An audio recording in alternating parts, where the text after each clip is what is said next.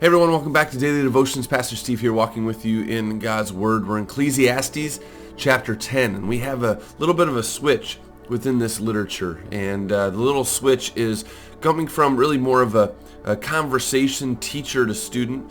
And now we just have these wise sayings or these proverbial sayings. And sometimes they're a little bit odd.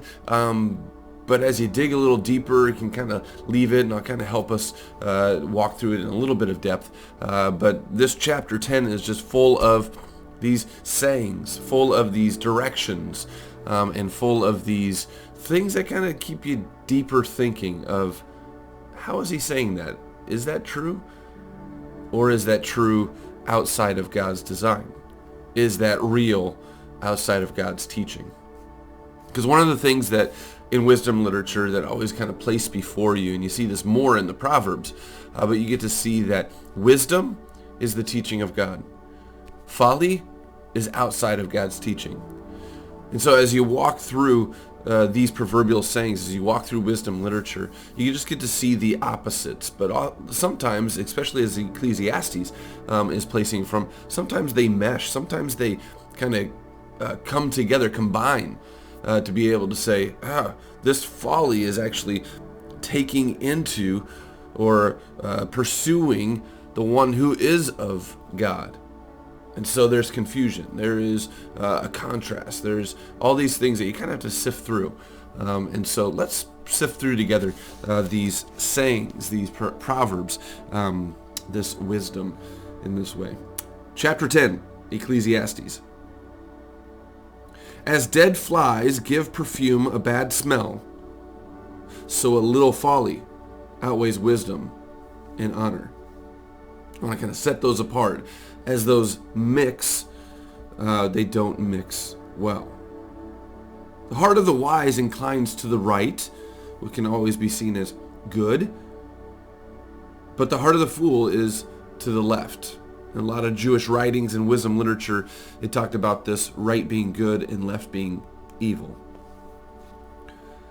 Even as he walks along the road, the fool lacks sense and shows everyone how stupid he is. If a ruler's anger rises against you, do not leave your post. Calmness can lay great errors to rest. Love that saying. Calmness can lay great errors to rest. To not get worked up about something.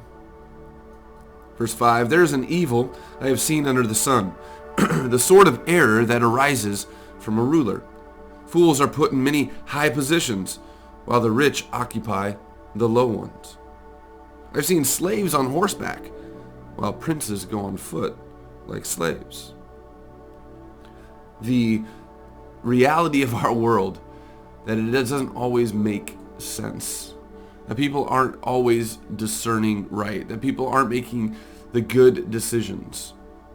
And so where he says here, while the rich occupy the low ones, it shouldn't always be the rich in high positions, but what it speaks to there is the rich is this kind of familial inheritance, that the ones who have actually had success within their families, now they're regarded as the low ones, where they actually have been matured and actually know success through the walk of their family. Verse 8, whoever digs a pit may fall into it. Whoever breaks through a wall may be bitten by a snake. Whoever quarries stones may be injured by them. Whoever splits logs may be endangered by them. You might be gung-ho in the work that you do, but is the gung-ho have purpose? Or is it actually going to make you trip, stumble, fall?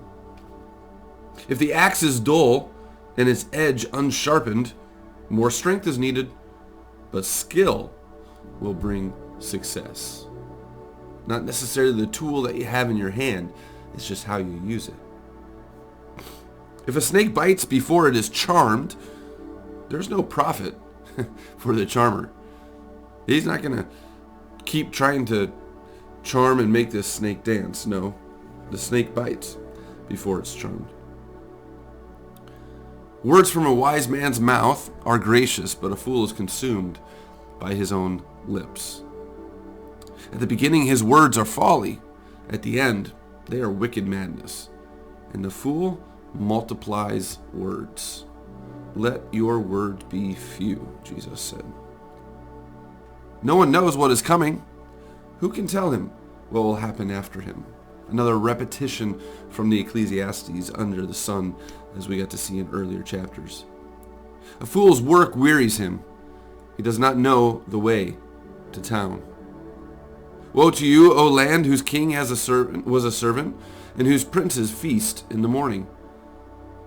It says, woe to you, O land, whose king was a servant, that's his upbringing. Once again, talking about the upbringing, what the experience is, and if it was a servant, what kind of success will we have? Woe to you, O land.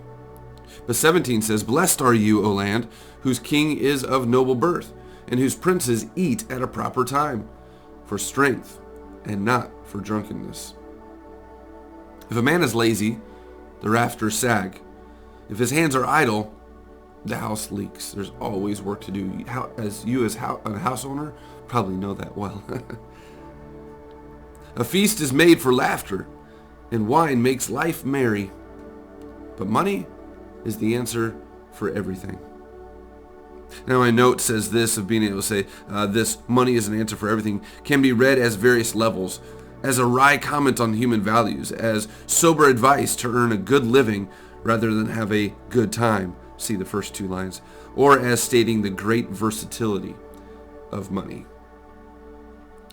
Money can be used in many different ways, but money isn't the answer for everything we know. It's actually to the futility of those who believe that.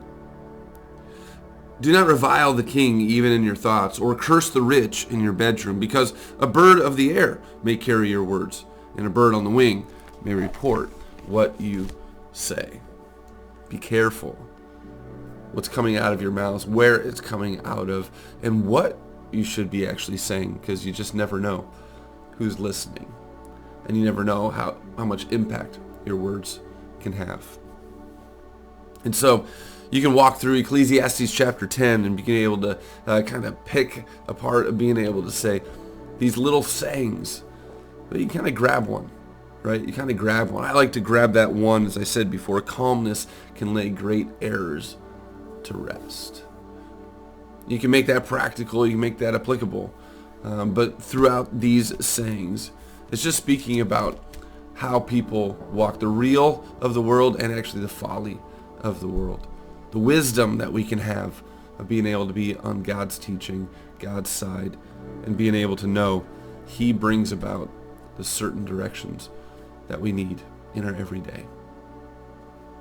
So brothers and sisters, wisdom, folly, let's walk with God. Have a blessed day.